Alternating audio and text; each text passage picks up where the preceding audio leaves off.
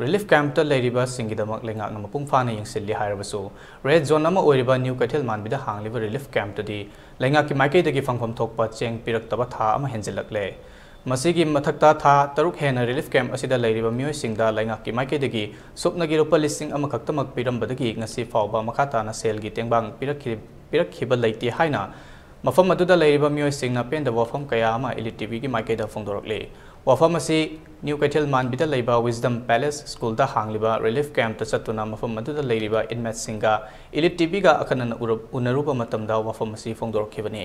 mafam aduda leiriba miyam gi mahut sinduna laisram khomdol na hai relief camp asida mioi yankai taruk leirambadagi New Kaithilman bigi lanjetna ruba khunja singsu khul asida halaktuna relief camp asida changjapam loduna leibadagi hojik mafam asida punna mioi cham yankai leiri hana leirambadagi hengalakliba mioi sing asigi matangda kayar khanna relief committee gi maiki dagi haizarabasu mari leinaba department sing nangasi fawwa yengsin bidana leiri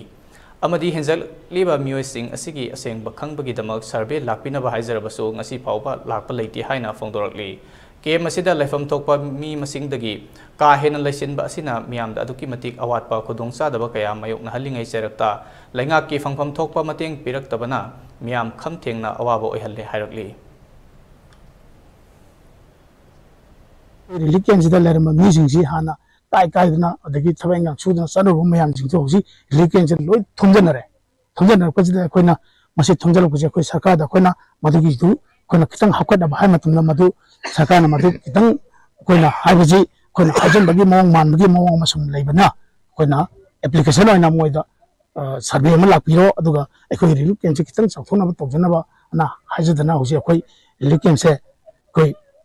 aseba makedi mi yamda bidami yankai ga taruk khaktam leijari aduga tabudebo ko anu bulak pajikje si akoina lekai jina sillaga hoji moibo bija pitak taraga koi punna mi niar koi chana khimya ki chamje ko hoji bijaraga koi hanagi khara lemba chengdu taraga hoji bijaraga leiri adubo koi sarkar gi sadigi hoji peiba chengju koi thamagi meya phajale cheng piraktabje aduna masiju sarkar nang tang ning chengjem biraga kitang masiju khara thuna ngang yenjaningi maram dika gina da Kaithilman be khulasi haiba kuki khunjiga het tanana tanaba masi phutlom da lamna mafam ni masi haiba mafam je akoina kaigumba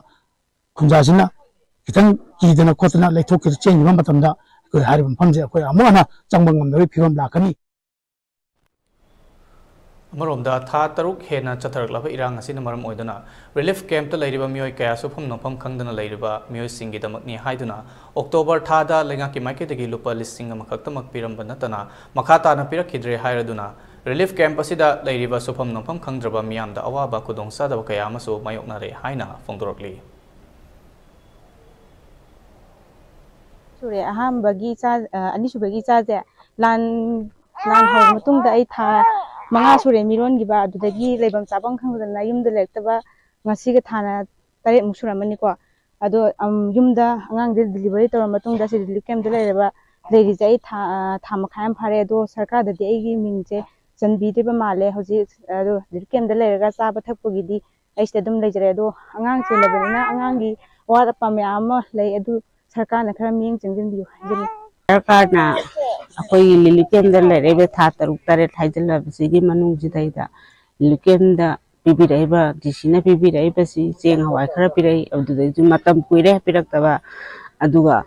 paisa oina lupa lising amamga kampalamga piraiba sina sarkar na sijina akoi awaba si ko obadra yaragadra haibado aigi motagi phongtok chani pende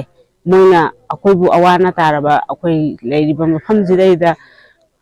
karino moina hanna yengbidaba mayamgi chakthung du bokta matik chana pibidri basi kari maram gino haibado akoi sarkar gi maike da thamja